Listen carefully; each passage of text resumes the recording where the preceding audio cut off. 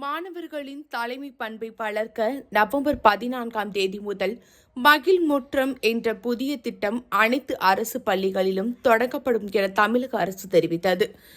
அதன்படி தஞ்சையில் அரசு பள்ளிகளில் மாணவர்களுக்கிடையே தலைமை பண்பை வளர்க்கும் விதமாக மகிழ்முற்றம் திட்டம் அமலுக்கு வந்தது.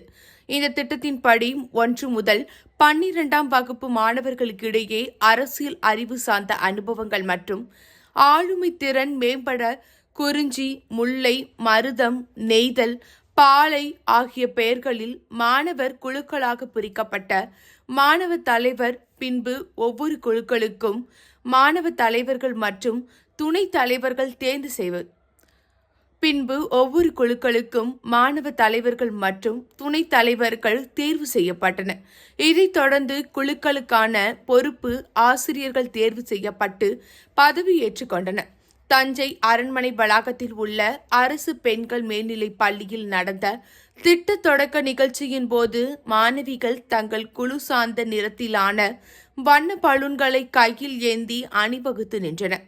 இந்த திட்டத்தின்படி மாணவர்கள் தங்களுக்கு ஒதுக்கப்பட்ட குழுவில் 2 ஆண்டுகள் இருக்க வேண்டும்.